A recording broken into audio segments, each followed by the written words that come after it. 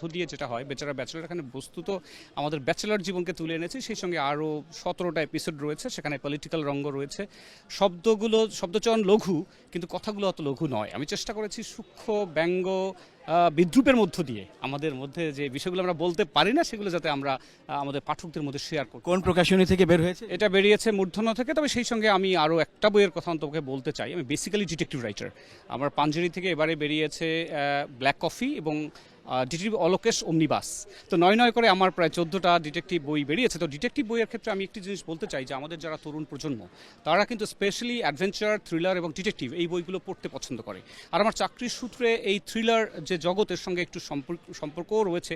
স্মাগলারদের সাথে কাজ করতে হয় বা বিভিন্ন বা আপনার ক্রিমিনোলজির উপরেও কিছু স্টাডি করতে হয়। এটা যেটা হয়েছে আমার মনে হয় যে আমাদের শার্লক হোমসের কথা যদি বলি, ব্যোমকেশ বক্সীর কথা বলতে পারি, তারপরে ফেলুদার কথা বলতে পারি, কিন্তু এপার বাংলায় আমরা কেন যেন এখনও সেই বাতাবরণটা তৈরি করতে পারিনি। তো আমার ডিটেকটিভ অলোকেশ পাঞ্জেরি থেকে যে বইগুলো বের হয় সেখানে একটা জিনিস আমি খুব ক্লিয়ার করি যে জীবনটা ছেলে খেলা নয়। এখন দেখবেন হঠাৎ করে আমাদের যে ইমোশনাল ইন্টেলিজেন্সের ঘাটতির কারণে পোলাপান যখন তখন সুইসাইড করে ফেলছে, ধ্বংসাত্মক বিভিন্ন কাজ করছে, নেতিবাচকতা মেলে ধরছে। আমি মনে করি বর্তমান যে প্রজন্ম তাদের অবশ্যই এই যৌক্তিক বিন্যাস এটা দরকার, যেটা মেধা এবং মননশীলতা দুটোকেই উস্কে দেবে বলে আমি বিশ্বাস করি। অনেক ধন্যবাদ লেখক অরুণ কুমার বিশ্বাস, আপনার জন্য শুভকামনা রইল।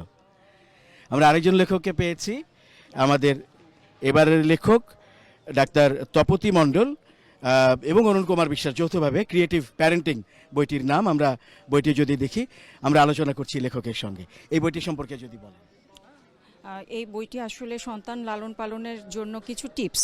আমরা যারা মা বাবা, আমরা সন্তান শুধু যে লালন পালন করি তাই না, তাদেরকে শারীরিক, মানসিক এবং নৈতিকভাবে ডেভেলপ করানোর জন্য চেষ্টা করে থাকি।